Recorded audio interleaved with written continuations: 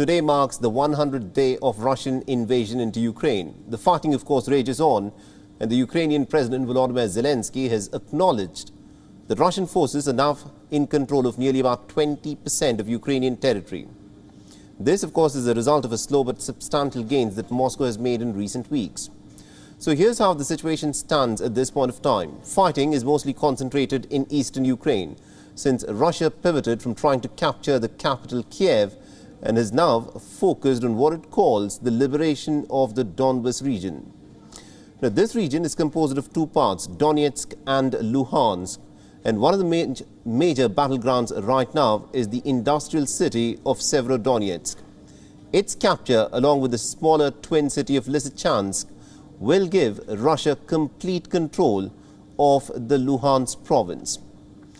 The President Volodymyr Zelensky on Thursday said that the Ukrainian troops are carrying out counterattacks and are pushing back against the Russian troops, who control nearly about 70% of Severodonetsk at this point of time. Ситуація на Донбасі за добу суттєво не змінилась. Маємо певні успіхи в боях в Сєвєродонецьку, але ще рано говорити. Там зараз найжорсткіше, як і в містах, і громадах поруч. Лисичанськ, Бахмут та інші. Багато таких міст, де йде така потужна атака Росії. Російська армія застосовує всі наявні у неї збройні можливості, взагалі не рахує людей.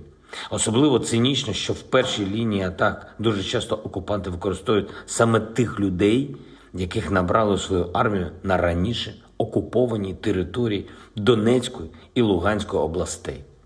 Російські солдати часто просто ховаються за спинами цих так званих мобілізованих. Now, in the city of Sloviansk, civilians were urged to evacuate on Thursday as bombing in the region has intensified. With no water or electricity, nearly about 100 or so people have heeded the mayor's call on Thursday. Мне страшно. До сих пор не верится, что это происходит на самом деле с нами. Жалко все это. За город страшно, за страну страшно.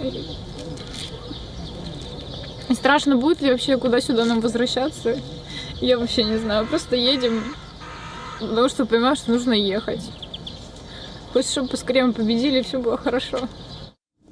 Across the Atlantic, NATO's chief Jens Stoltenberg met with President Joe Biden at the White House and warned that the world needs to be prepared that the war might actually drag on for many days to come. He also reiterated that NATO does not want direct conflict with Russia, even as NATO allies do everything that they can, short of sending their troops to aid Ukraine. Wars are by nature unpredictable, and therefore we just have to be prepared for the long haul, because what we see is that this war has now become a war of attrition, where the Ukrainians are paying a high price for defending their own country on the battlefield. The President Volodymyr Zelensky this week has said that the Russian assault was killing nearly about 100 Ukrainian soldiers every single day, while the United States has announced that it will now be sending more advanced HIMARS rocket systems to Ukraine. The equipment themselves will take several weeks to arrive, though. Since the war began on the 24th of February, thousands of people have been killed and millions have been displaced. They've been forced to flee from their homes as Russian missiles and artillery have struck homes and have destroyed several cities.